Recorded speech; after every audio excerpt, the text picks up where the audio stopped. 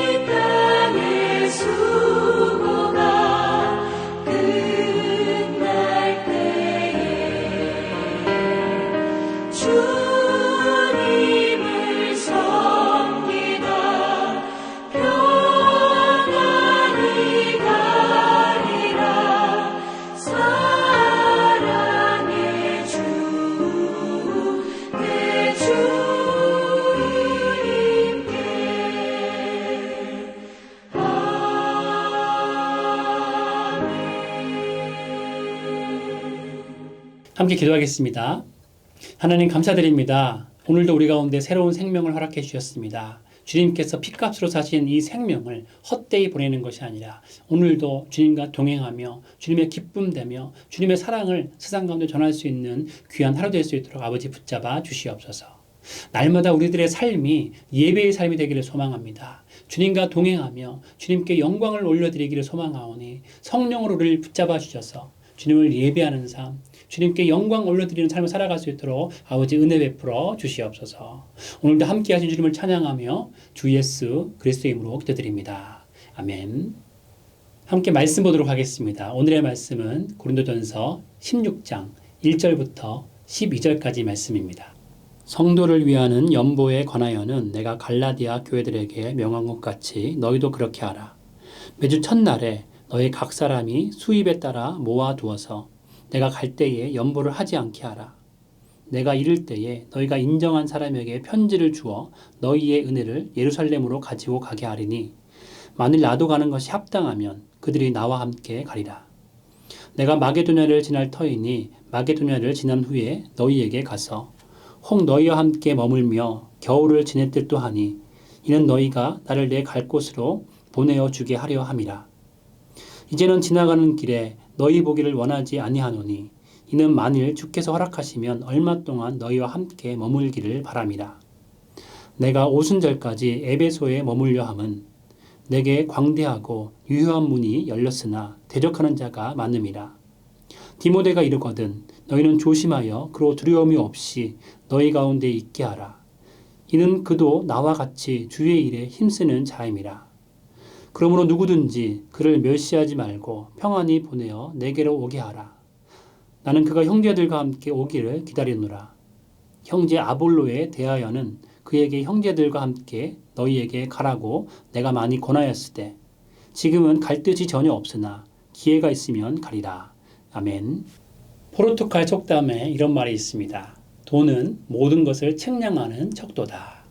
돈의 중요성을 이야기하는 것이죠. 돈을 어떻게 사용하는지를 보면 그 사람이 무엇을 중요시 여기는지를 알 수 있습니다. 영국 속담에도 돈을 들고 문을 놓고 하면 문은 저절로 열린다라는 말이 있습니다. 그만큼 돈의 힘이 큰 것입니다. 영국의 수상이었던 처칠 경이 전 세계를 향해 중요한 연설을 하기로 예정된 날 연설장으로 가기 위해서 택시를 잡았습니다. 그리고는 택시 운전기사분께 이렇게 이야기했답니다. BBC 방송국으로 갑시다. 그런데 운전기사가 난색을 표하며 이렇게 이야기합니다. 손님 죄송합니다. 오늘은 거기까지 갈 수 없습니다. 다른 차를 이용해 주십시오. 아니 왜 그러십니까? 조금 후에 우리 처칠 경께서 전 세계를 향해 중요한 연설을 하실 것인데 그 방송을 들어야 합니다. 이 말을 들은 처칠은 기분이 좋았습니다. 그러나 연설을 하기 위해서 방송국으로 가야 하기 때문에 처칠이 말했습니다. 1파운드를 드릴 테니 좀 갑시다. 결코 적지 않은 돈을 준다고 하니까 운전기사의 얼굴이 순간적으로 확 바뀌었습니다. 까짓것 갑시다. 연설을 못 들어도 돈은 벌어야겠네요. 운전기사는 존경하던 처칠과 돈을 맞바꾼 것입니다. 처음에 기분이 좋았던 처칠은 한순간 당황스러운 순간을 맞이해야 했습니다. 돈은 이처럼 사람을 움직이는 힘이 있는 것이죠. 돈은 올바로 알고 올바로 벌고 올바로 쓰면 문제가 없고 복이 됩니다. 자신과 이웃과 사회에 득이 되는 것이죠. 그러나 돈을 잘못 벌고 잘못 쓰면 문제가 됩니다. 디모데전서 6장 10절 말씀은 돈을 사랑함이 일만하게 뿌리가 된다라고 말씀합니다. 돈만을 사랑하는 마음은 1만 가지의 악한 열매를 만들어내는 뿌리인 것이죠. 돈만을 애지중지하고 돈만을 사랑하면 돈의 종이 되는 것입니다. 그래서 크리스찬들은 돈을 사용하는 것이 세상 사람들과는 구별이 되어야 합니다. 오늘 말씀은 크리스찬들의 헌금에 대해서 말씀하고 있습니다. 크리스찬들이 돈을 어떻게 사용해야 하는지 한 가지 예를 들고 있는 것이죠. 본문은 초대교회 당시 예루살렘 교회가 기근과 박해로 큰 어려움을 당하자 사도 바울이 고린도 교회에 연보를 요청하는 내용입니다. 모 교회인 예루살렘 교회가 기근이 생겨 어려움을 당하고 대외적으로는 박해도 받고 있어서 어려운 상황 가운데 처했습니다. 거기다 엎친 게 덮친 격으로 경제적인 어려움까지 겪게 되니까 사도 바울은 고린도 교회에게 예루살렘 교회에 보낼 연보를 모을 것을 말하고 있는 것입니다. 오늘 본문 2절 말씀에 그 헌금을 연보라고 부르고 있습니다. 연보는 원어로 로게 이아스입니다. 모으다, 거두어들이다 라는 뜻으로 하나님의 일, 즉 복음 전파와 구제를 위해서 성도들이 마음을 함께 모으는 금전이나 물건을 말하는 것입니다. 특히 오늘 말씀에서는 어려운 사람들을 돕기 위해 자기 믿음의 분량대로 기꺼이 내어놓는 헌금을 의미합니다. 그런데 예루살렘 교회를 위한 연보는 가난한 사람들을 돕는 것 이상의 의미가 있었습니다. 1절 말씀을 보면 바울은 고린도 교회 성도들에게 갈라디아 교회들에게 명한 것 같이 하라고 권면하고 있죠. 바울은 예루살렘 교회의 구제를 위해서 고린도 교회와 갈라디아 교회 그리고 마게도냐 교회 등에게 연보를 하라고 권면하고 있습니다. 이처럼 예루살렘 교회를 위한 연보는 넓게 보면 당시 아시아 지역과 마게도냐 지역과 아가야 지역과 로마에 이르기까지 다양한 지역의 수많은 교회가 참여한 광범위한 모금운동이었습니다. 이것은 너무나 중요한 의미인데 연보는 우리가 주님 안에 한 지체임을 나타내기 때문입니다. 바울은 모든 교회가 고난받는 성도들을 돕기 위해 연보를 하는 것만큼 그리스도의 몸이 하나임을 보여주는 좋은 예가 없다는 사실을 오늘 말씀에서 분명하게 밝히고 있습니다. 고린도전서의 전체 흐름을 보면 교회가 주님 안에 한 몸이고 한 지체인 것을 바울이 얼마나 중요하게 여기는지를 알 수 있습니다. 고린도전서 12장부터 14장에서 몸의 지체로서 공동체 안에서 서로 사랑과 존중해야 함을 이야기하고 있습니다. 그리고 15장에서 몸의 부활에 대해서 길게 설명합니다.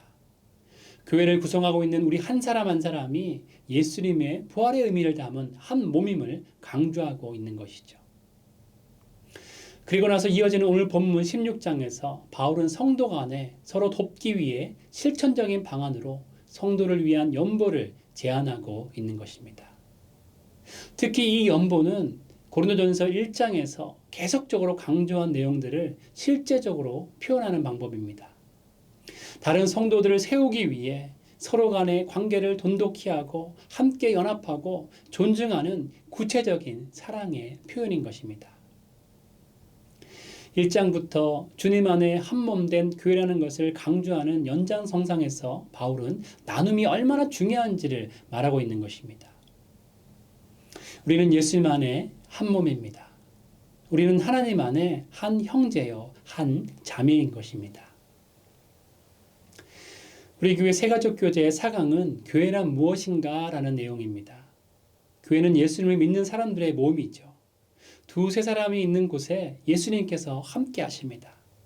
그렇기 때문에 보이는 교회로 교회 건물이 있지만 보이지 않는 교회로 예수 믿는 사람들이 모여있는 그 모든 것이 교회인 것입니다. 그런데 그 교회는 우리의 상상을 뛰어넘습니다. 아브라함에게 약속했던 바다의 모래와 같은 영적인 믿음의 후손들이 전 세계 곳곳에 흩어져 있습니다. 보이지 않는 교회의 범위는 전 세계인 것이죠. 그래서 우리가 사도신경을 고백할 때 천지를 지으신 하나님과 우리를 위해서 십자가에서 죽으시고 부활하신 예수님과 성령 하나님을 우리가 믿고 거룩한 공교회와 성도가 서로 교통하는 것과 죄를 사하여 주시는 것을 믿습니다 라고 고백하는 것입니다. 여기서 거룩한 공교회를 영어로는 Universal Church라고 합니다. 전 세계 만국 공통적으로 모든 나라에 세워진 보이지 않는 교회를 말하고 있는 것이죠. 예수 믿는 사람들은 모두 다 보이지 않는 교회의 구성원입니다. 예수님 안에 한 몸이고 하나님 안에 한 형제, 한 자매인 것입니다. 그래서 이렇게 한 몸이고 한 지체로서 서로 섬기며 사랑하기 위해 연보를 하는 것은 헌금 이상의 의미를 가지는 것이죠. 다른 교회에 어려움이 생겼을 때 외면하지 않는 것이 진짜 교회입니다. 다른 성도들이 고통받고 있을 때 십시일반 돕는 사람이 진짜 성도입니다. 왜냐하면 모든 교회는 주님이 피값으로 사신 주님의 교회이고 모든 교회가 그리스도의 몸을 이루고 있기 때문에 서로서로 함께 도와야 하는 것입니다. 두 번째로 연보는 나에게 주신 하나님의 은혜에 감사하는 마음과 사랑의 마음으로 나누는 것입니다. 연보에는 어려움에 처한 다른 성도들의 필요를 채우기 위한 목적이 있었었는데 독특한 것은 결코 대가를 기대하지 않았다는 것입니다. 당시 고대 그리스 사회는 베풀 때에 그만큼 되돌려 받는 것을 당연시 여기는 문화가 있었습니다. 어떤 사람을 후원하는 사람은 그 사람에게 되돌려 받은 것을 기대했고 반대로 후원받는 사람은 후원자에게 무언가를 돌려주어야 하는 의무가 있었습니다. 마치 한국의 품앗이와 같은 문화였죠. 농번기 때 일손이 부족하기 때문에 서로 도와가면서 함께 일을 했고 내가 도움을 받았으면 다른 집에 가서 돕는 것이 당연한 문화였습니다. 그런데 고린도 지역에 이런 문화가 있었는데 이런 문화 가운데 아무런 대가 없이 연보를 모금하는 것은 매우 특별한 일이었습니다. 그래서 바울은 이 연보를 고린도 성도들의 은혜라고 표현합니다. 3절은 이렇게 말씀하고 있죠. 너희의 은혜를 예루살렘으로 가지고 가게 하리니. 고린도 교회 성도들은 하나님의 한량없는 은혜를 받았습니다. 우상이 득실거리고 음란한 도시에서 죄 가운데 살고 있었던 사람들을 하나님께서 은혜로 용납해 주시고 용서해 주셨습니다. 영원히 지옥에 있어야 할 죄인들을 하나님께서 은혜로 영원한 천국에 거할 초소를 준비해 주셨습니다. 이제 구원받은 사람으로서 날마다 하나님의 은혜를 체험하며 이 땅에서도 천국을 누리며 살도록 매일매일 임마누엘의 예수님께서 함께 하십니다. 이런 넘치는 은혜를 받았기 때문에 그 넘치는 은혜를 한몸된 교회에게, 한몸된 지체에게 나눌 것을 사도 바울은 고린도 교회에게 권면하고 있는 것이죠. 바울은 고린도후서 8장에서도 연보를 권면하면서 연보를 가리켜 여러 차례 은혜라고 표현합니다. 그리고 고린도 성도들이 은혜의 일에 참여할 수 있는 것은 오직 그들이 예수 그리스도의 은혜를 알았기 때문이라고 고린도후서 8장 9절에서도 분명하게 말씀합니다. 이처럼 하나님의 은혜가 각 성도들에게 임했기 때문에 바울은 고린도 성도들 가운데에서 부유한 사람들뿐만 아니라 모든 성도가 이 은혜에 참여하기를 권면하고 있습니다. 헌금은 하나님께서 이미 내려주신 복이 너무 감사해서, 너무나 감사해서 드리는 것입니다. 하나님께서 우리에게 주신 복이 얼마나 많습니까? 시편 기자는 시편 103편에서 이렇게 고백합니다. 내 영혼아 여호와를 송축하라. 내 속에 있는 것들아 다 그 성호를 송축하라.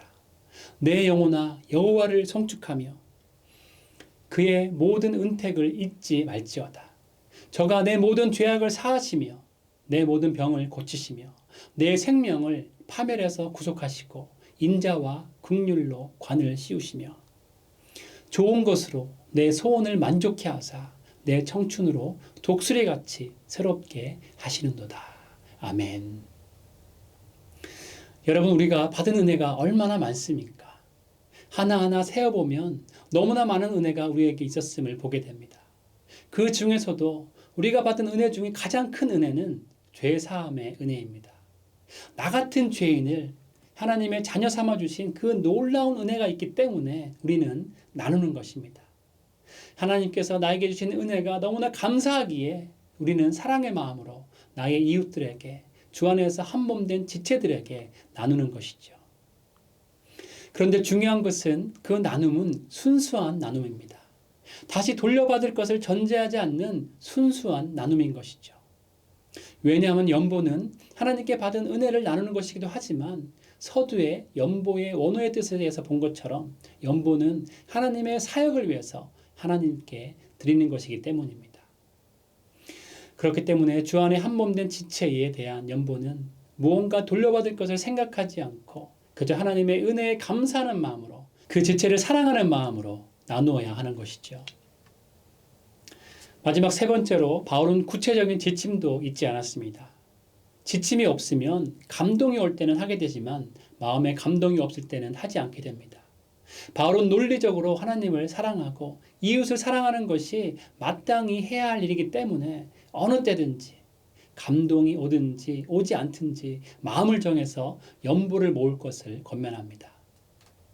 바울의 구체적인 지침은 매주 첫날에 적당한 액수를 따로 떼어서 모금하는 것입니다. 마음을 정하고 주기적으로 주님 안에 한몸된 교회 지체들을 위한 연보가 있어야 합니다. 우리 교회에서는 매월 셋째 주에 오병이어 나눔사역 헌금을 하고 있습니다. 이 헌금을 통해서 우리 주변에 도움이 필요한 이웃들을 돕고 있습니다. 그리고 연초에 작정해서 1년 동안 선교 헌금도 하고 1년에 한 번씩 장학 헌금을 합니다.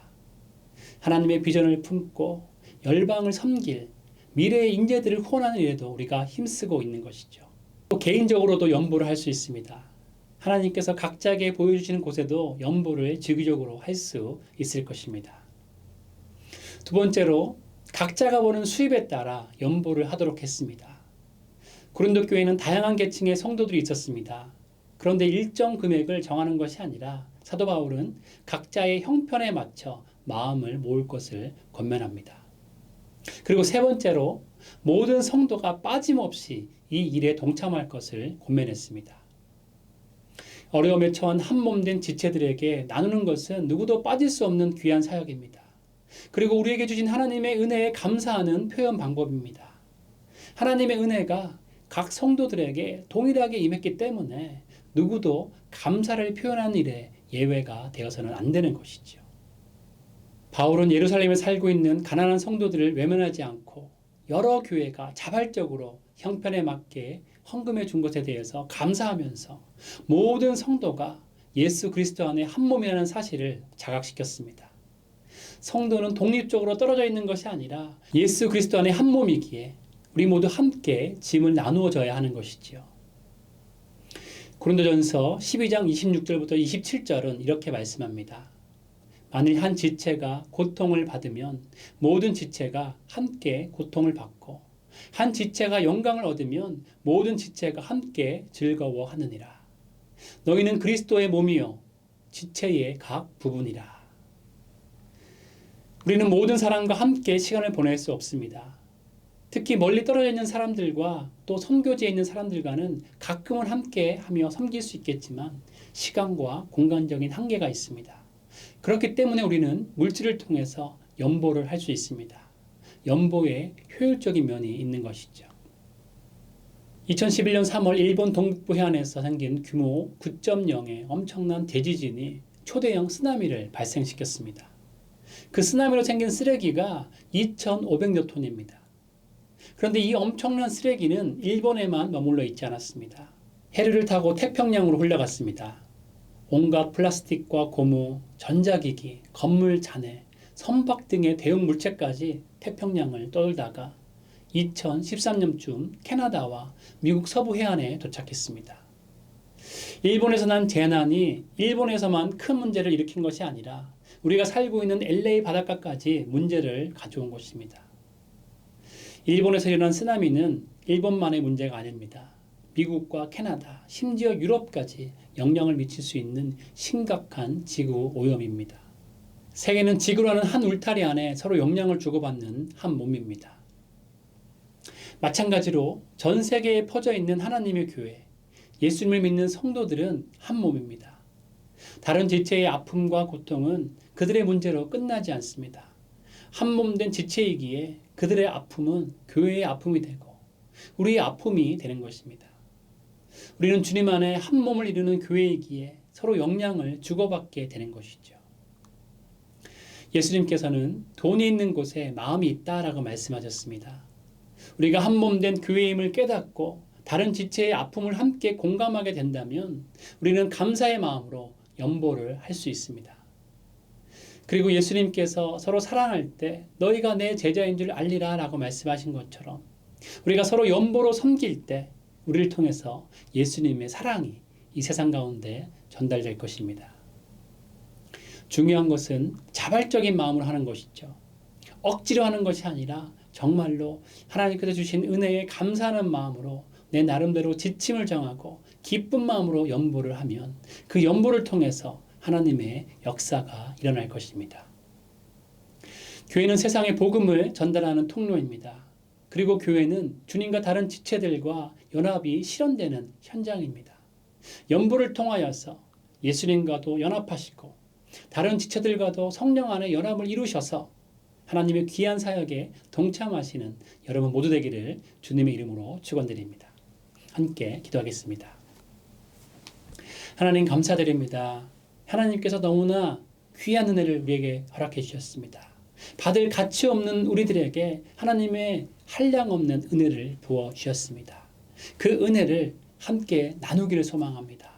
도움이 필요한 지체들에게, 도움이 필요한 교회들에게, 도움이 필요한 주변 사람들에게 하나님의 사랑을 전할 수 있는 넉넉한 마음이 우리 가운데 넘쳐날 수 있도록 성령 하나님 우리를 붙잡아 주시옵소서. 오늘도 말씀 가운데 살아가기를 소망합니다. 오늘도 하나님 안에 소망을 품으며 살아가기를 소망합니다. 주님 우리를 붙잡아 주셔서 주님과 동행하며 오늘도 승리하는 삶을 살아갈 수 있도록 아버지 함께하여 주시옵소서. 예수 그리스도의 이름으로 기도드립니다. 아멘. 함께 계속적으로 주님 앞에 기도하며 나가도록 하시겠습니다.